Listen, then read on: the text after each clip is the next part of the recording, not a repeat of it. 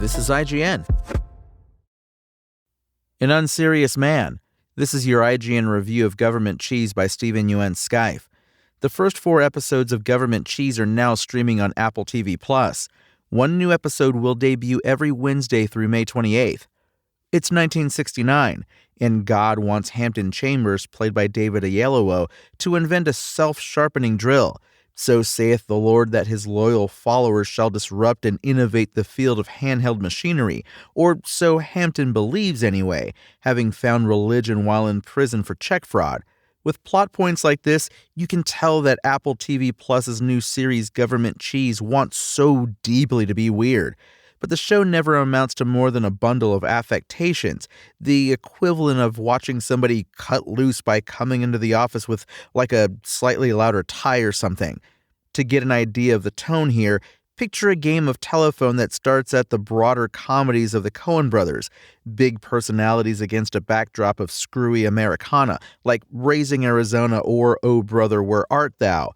Somewhere in the middle, already warped and diluted into semi-recognition, is the Coen karaoke of the Fargo TV series. Government Cheese exists at the end of the line, visiting mildly wacky circumstances on a cast of quirky cardboard cutouts. Hampton, after all, does not get out on parole with only designs on a divine drill. He's also in hefty debt to the Prevost brothers, a family of French-Canadian gangsters operating out of an orange grove. There are 7 of them. He does not tell his wife, Astoria, played by Simone Missick, who's already, and quite understandably, peeved at having to raise their teenage sons alone during Hampton's 3-year imprisonment while also pursuing a college degree. Their youngest, Harrison, played by Jaheed Diallo Winston, is openly hostile to his father's return, retreating into an odd fixation on indigenous Chumash culture. The oldest, Einstein, played by Evan Alexander Ellison, is more genial, but also now really into pole vaulting. What really spoils Government Cheese, though, is just how safe it manages to be in its reheated imitation.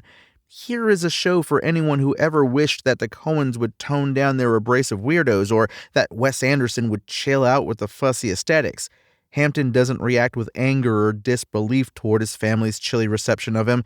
Oyelowo is given no material that might endanger our sympathy for him. Even when he's more openly conniving, he operates exclusively at a low, dull hum of protagonist likability. Harrison needles him about all the Yahweh stuff, which Hampton prefers to the more formal title of God, but his newfound faith rarely comes up. Here's a guy who thinks God has given him a mission, yet he goes for long stretches without talking about it at all. He doesn't proselytize, doesn't yammer on about Yahweh's plan, doesn't even corral his kids into going to church. For a while, I wondered if this was intentional, an expression of how flimsy and self-serving Hampton's faith is. But the handful of seemingly divine occurrences in Government Cheese simply demonstrate its lack of imagination, grounding any flights of fancy by tagging them with plausible explanation. No strange happenings may simply exist as an expression of character and circumstance. The Lord has to be giving Hampton a sign, and the vent lady has to be some ethereal messenger setting him straight. If Government Cheese won't take a chance on making us disapprove of Hampton's actions, why would it ask us to suspend our disbelief about his situation, too? Government Cheese sands down all the idiosyncratic edges of the quirky works that preceded it. Coen Brothers comedies, the Fargo TV series, the movies of Wes Anderson, etc. Handsomely produced though the show may be, its thin characters lack any sense of history together, and its forays into surrealism are explained away as divine intervention. All but devoid of inspired storytelling or stylistic daring, the mild eccentricities of this series only ever feel at best like an affectation. Government Cheese's IGN score? 4 out of 10. Thanks for listening to IGN. My name is Tony Jackson, and for the latest game and movie updates, visit us at IGN.com. Spoken Layer.